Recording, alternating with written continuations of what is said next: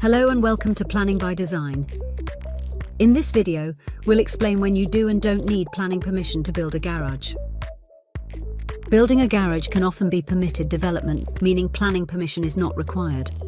However, there are some important caveats, so stick around until the end of this video to avoid falling foul of the most common permitted development mistakes. Only houses have permitted development rights, but not all houses have permitted development rights. Flats, maisonettes, and commercial properties always need planning permission. Planning constraints such as conservation areas, listed buildings, World Heritage Sites, areas of outstanding natural beauty, Article 4 directions, or even living under a flight path may limit or remove your permitted development rights. Any previous developments, even by a previous owner a long time ago, may have used some or all of your permitted development rights, meaning planning permission is required. Planning policies are also ever-changing. Even if it is permitted development now, the council can impose new planning constraints that remove your permitted development rights at any time in the future. This could result in a breach of planning and risk enforcement action.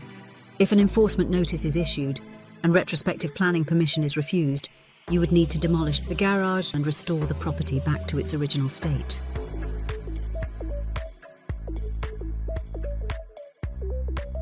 Assuming your house has permitted development rights and there are no hidden constraints that removed your PD rights, building a garage may not need planning permission if it meets all of the following.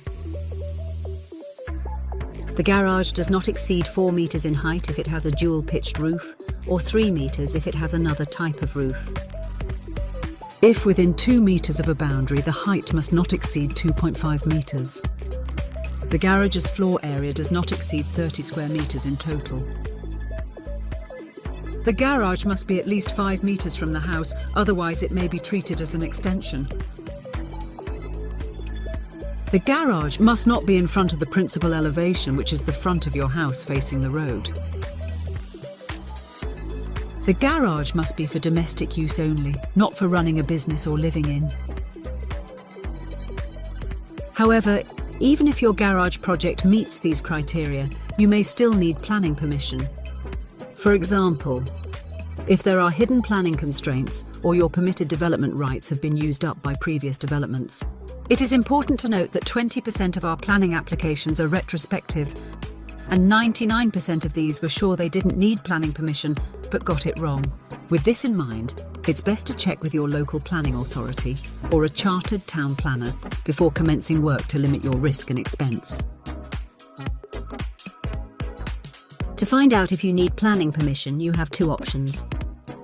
The first option is to submit a pre-application to your council. This requires architectural drawings showing the property before and after the works, along with a detailed proposal explaining your plans and how they align with relevant planning policies. A pre-app costs up to £600 and typically takes 5 to 8 weeks for a response, though it's not a legal determination and doesn't guarantee approval. Alternatively, our town planners can provide a planning appraisal.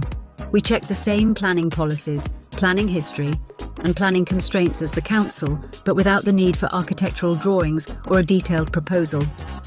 The advantage of a planning appraisal is you'll get the answers you need within a day instead of waiting weeks. For anything likely to be considered permitted development, it is always recommended to obtain a lawful development certificate before commencing any works. A lawful development certificate is the only way to prove that your development is permitted development and does not need planning permission.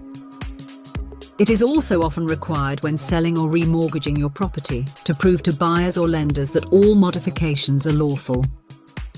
Without planning permission or a lawful development certificate, your garage may not increase the value of your property.